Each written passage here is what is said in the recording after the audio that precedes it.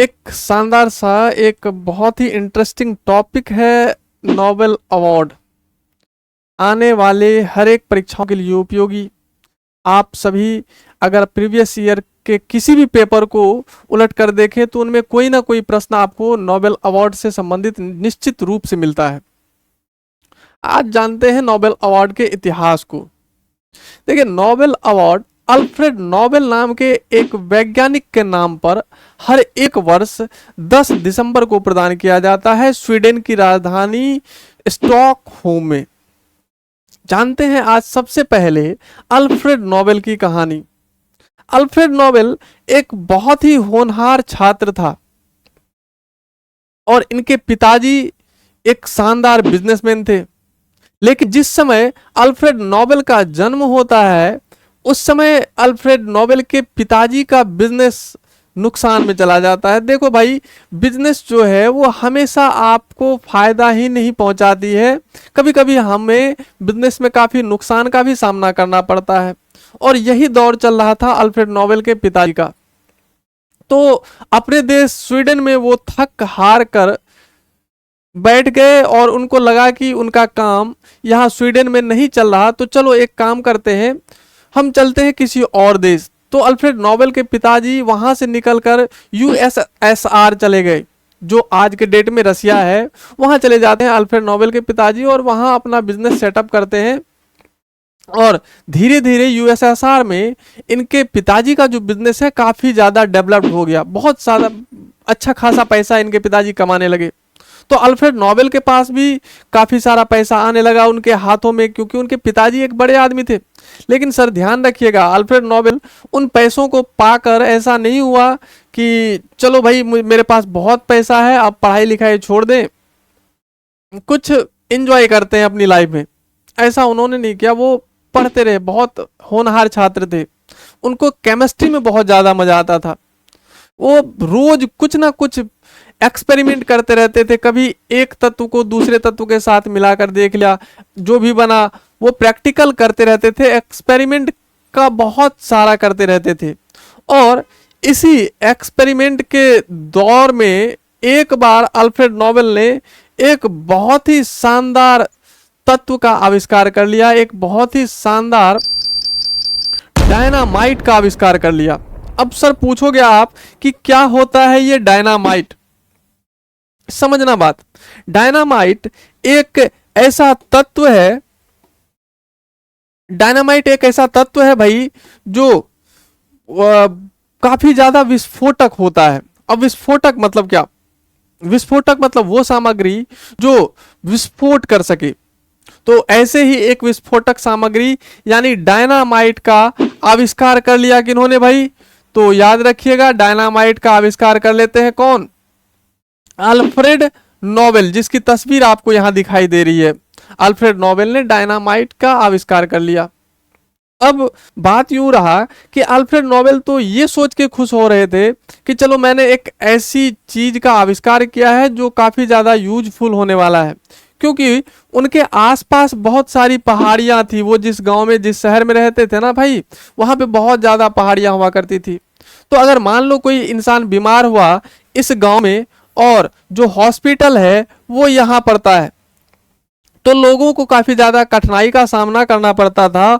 और जो भी लोग थे वो या तो इस रास्ते से पहुंचते थे अपने डेस्टिनेशन पर, अपने हॉस्पिटल या फिर स्कूल, जो भी डेस्टिनेशन होता था उनका वहां पहुंचते थे। लेकिन ये काफी ज्यादा लेंदी हुआ करता था, बहुत ज्यादा कठिनाई लोगों को सामना करना पड़ता था। तो इन्होंने जब डायनामाइट का आविष्कार कर लिया तो ये गए अपने सरकार के पास कि भाई मैंने एक ऐसी चीज का आविष्कार किया है जो आपको काफी ज्यादा मदद पहुंचाने वाली है। उन्होंने कहा कैसे? देखो, उन्होंने बताया अपनी सरकार को कि मैंने डायनामाइट का आविष्कार किया है जो अगर आप इन पहाड़ियों में लगाकर फोड़ दें तो होगा क्या, इससे काफी खतरनाक विस्फोट होगा। और जो विस्फोट क्या करेगा, यहाँ इस पहाड़ी को तोड़कर बीच से एक रास्ता बना लेगा।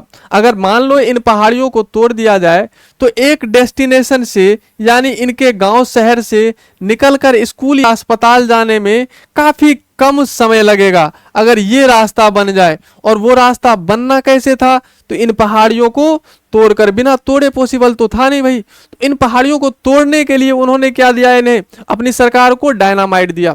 और अल्फ्रेड नोबेल भी मन ही मन बहुत ज्यादा खुश थे कि चलो मैंने बहुत ही शानदार आविष्कार किया है।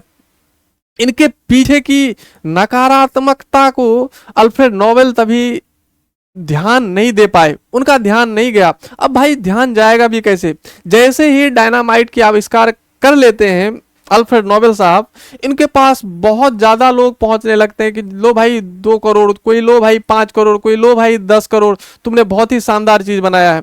अब लोग जिन चीज की आविष्कार के लिए इन्हें पुरस्कृत कर रहे हैं, इन्हें कहां से पता चलेगा कि इसका नकारात्मक प्रभाव भी इस समाज पर पड़ सकता है। इन्हें लग रहा था, खुद भी लग रहा था कि चलो मैंने बहुत अच्छा काम किया है, और लोग भी इनकी तारीफ करते नहीं थक रहे थे। एक समय ऐसा आया 1893 ईस्वी के आसपास, जब इनके बड़े भाई की मृत्यु हो जाती है, और ये बहुत बड़े भवन में रहते हैं, बहुत बड़े घर में रहते हैं। इनका घर बहुत बड़ा है क्योंकि इनके पिताजी बहुत बड़े बिजनेसमैन हैं, ये भी बहुत पैसे वाले इंसान हैं। डायनामाइट का आविष्कार कर लिया है, और ज्यादा पैसा आ गया इनके हाथ। तो इनका घर बहुत बड़ा था, बंगला टाइप का घर था, यही समझ लो। तो यहां जब उनके भाई की मृत्यु हुई तो बाहर एक अफवाह फैल गई कि अल्फ्रेड नोबेल की मृत्यु हो गई है, जबकि अल्फ्रेड नोबेल तभी जिंदा था। उनके बड़े भाई का देहांत हुआ था उस समय, ध्यान रखिएगा, है ना। हाँ, तो अल्फ्रेड नोबेल की मृत्यु का समाचार बाहर फैल गया, जिसके बाद अगली ही सुबह मॉर्निंग में न्यूज़पेपर का हेडलाइन बन गया, मौत के सौदागर की मृत्यु। समझे बात, हेडलाइन क्या बना था, हेडलाइन उस समय बना था भाई, ध्यान रखना, उस समय जो हेडलाइन बना था उसके लिए, अल्फ्रेड नोबेल के लिए, वो हेडलाइन था मौत के सौदागर की मृत्यु, मौत के सौदागर की मृत्यु। अब समझ लो कितना नकारात्मक एक इनके बारे में छप गया उस समय न्यूज़पेपर में। क्या था हेडलाइन उस दिन, अगले दिन का जो न्यूज़पेपर है उसमें हेडलाइन क्या था, मौत के सौदागर की मृत्यु। अब अल्फ्रेड नोबेल तो उस समय जिंदा है, उनके बड़े भाई का देहांत हुआ है।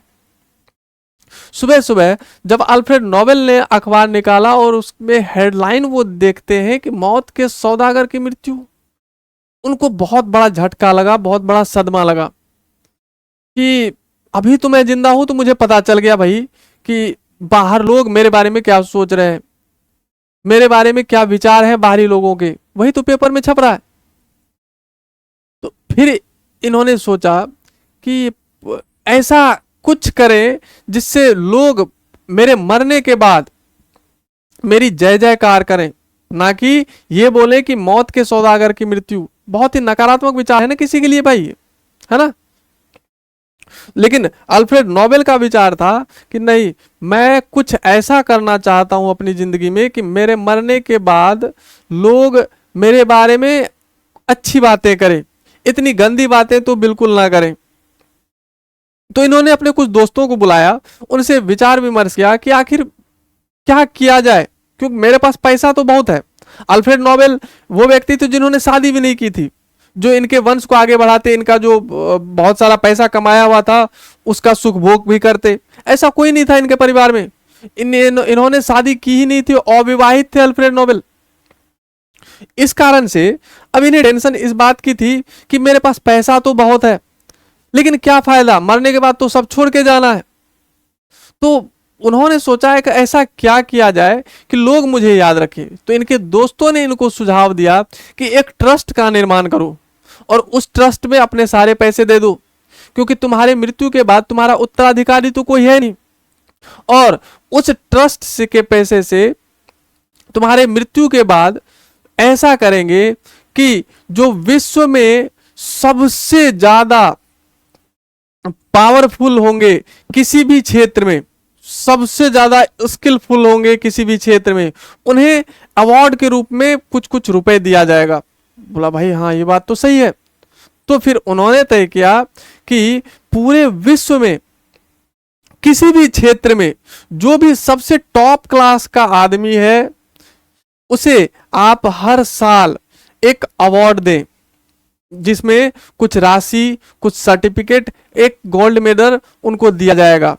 और इसके बाद से आपका जो नाम है पूरे विश्व में अच्छे काम के लिए जाना जाएगा, ना कि मौत के सौदागर के रूप में। बात समझ में आई? इसलिए अल्फ्रेड नोबेल ने अपने नाम का एक ट्रस्ट बनवाया स्वीडन में ही, ठीक है।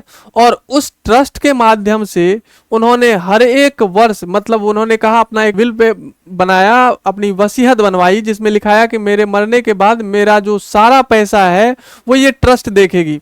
और वो ट्रस्ट देख अगर रही है तो उसका काम क्या करेगी उस पैसे का? उन्होंने वसीयत में ये भी लिखा कि मेरे पैसे का जो उपयोग है वो हर वर्ष किसी भी क्षेत्र में, मतलब विज्ञान के क्षेत्र में या फिर साहित्य के क्षेत्र में या फिर कला के क्षेत्र में या फिर जो शांति के लिए बहुत अच्छा काम करे, बहुत उत्कृष्ट काम करे, ऐसे क्षेत्रों में मेरे पैसों का यूज करना और उन पैसों से ऐसे व्यक्तियों को हर साल अवार्ड दे देना। तो यहाँ से भाई शुरुआत होती है नोबेल अवार्ड की। और जो पहला नोबेल अवार्ड है 1901 में दिया जाता है। हालांकि अल्फ्रेड नोबेल की मृत्यु 1896 में ही हो जाती है, लेकिन पहला नोबेल पुरस्कार 1901 ईस्वी में दिया जाता है। और इसके बाद से तो फिर नोबेल पुरस्कार की लड़ियां लग जाती है। हर साल नोबेल पुरस्कार, आप याद रखें, हर साल जो है नोबेल पुरस्कार प्रदान किया जाता है। कितने क्षेत्रों में? हर साल नोबेल पुरस्कार 6 क्षेत्रों में प्रदान किया जाता है। और वो क्षेत्र कौन कौन से हैं? तो आप ध्यान रखें, कुल कितने क्षेत्र हैं जिनमें नोबेल पुरस्कार दिया जाता है? कुल 6 क्षेत्र हैं जिनमें नोबेल पुरस्कार प्रदान किया जाता है। वो क्षेत्र कौन कौन से हैं? तो याद रखिएगा, पहला है विज्ञान। विज्ञान के क्षेत्र में जो भी उत्कृष्ट कार्य करेगा उसे नोबेल पुरस्कार प्रदान किया जाता है। अब विज्ञान के अंदर 3 सब्जेक्ट हो गया भाई, तो याद रखना, फिजिक्स में, दूसरी बात केमिस्ट्री के लिए, और तीसरी बात बायोलॉजी यानी मेडिसिन में, चिकित्सा के क्षेत्र में नोबेल पुरस्कार दिया जाता है। तो 3 तो क्षेत्र हो गए आपके विज्ञान के ही। इनके बाद जो अगला क्षेत्र आता है वो है आपका शांति। शांति के लिए कोई व्यक्ति अगर उत्कृष्ट कार्य करता है, पीस के लिए उत्कृष्ट कार्य करता है, तो उसे नोबेल पुरस्कार मिलता है। जैसे कुछ साल पहले मलाला यूसुफजाई को शांति के लिए नोबेल पुरस्कार प्रदान किया गया था। नेल्सन मंडेला को शांति के लिए नोबेल पुरस्कार प्रदान किया गया था। और शांति के बाद जो अगला क्षेत्र है वो याद रखें आप, वो है साहित्य। तो साहित्य के क्षेत्र में भी नोबेल पुरस्कार प्रदान किया जाता है कि लिटरेचर में जो व्यक्ति बहुत अच्छा काम करेंगे, बहुत उत्कृष्ट काम करेंगे, उन्हें नोबेल पुरस्कार प्रदान किया जाए। तो 1901 में इन्हीं 5 क्षेत्रों में, फिजिक्स, केमिस्ट्री, बायो, पीस और लिटरेचर, शांति और साहित्य के क्षेत्र में नोबेल पुरस्कार प्रदान किया जाता रहा। उसके बाद 1968 के समय एक और क्षेत्र नोबेल पुरस्कार के लिए लाइन में जुड़ गया और वो क्षेत्र था अर्थशास्त्र। याद रखिएगा, अर्थशास्त्र शुरुआती दौर में यानी 1901 में अर्थशास्त्र के क्षेत्र में किसी को भी नोबेल पुरस्कार प्रदान नहीं किया गया। 1968 में स्थापना की गई नोबेल पुरस्कार के लिए अर्थशास्त्रियों को भी चुना जाए। लेकिन जो पहला नोबेल पुरस्कार अर्थशास्त्र में प्रदान किया गया है, याद रखिएगा, 1969 ईस्वी में, 1969 ईस्वी में ही अर्थशास्त्र के क्षेत्र में पहला नोबेल पुरस्कार प्रदान किया गया है। और याद रखें, अल्फ्रेड नोबेल के नाम पर ही दिया जाता है। तो और कुछ फैक्ट आप ध्यान रखें, हर साल 10 दिसंबर को नोबेल पुरस्कार प्रदान किया जाता है।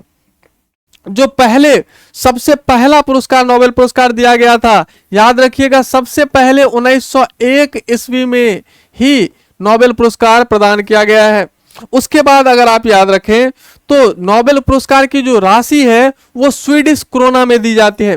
कितने में? स्वीडिश क्रोना में दी जाती है। और आप ध्यान रखें, लगभग 2 मिलियन स्वीडिश क्रोन प्रदान किया जाता है।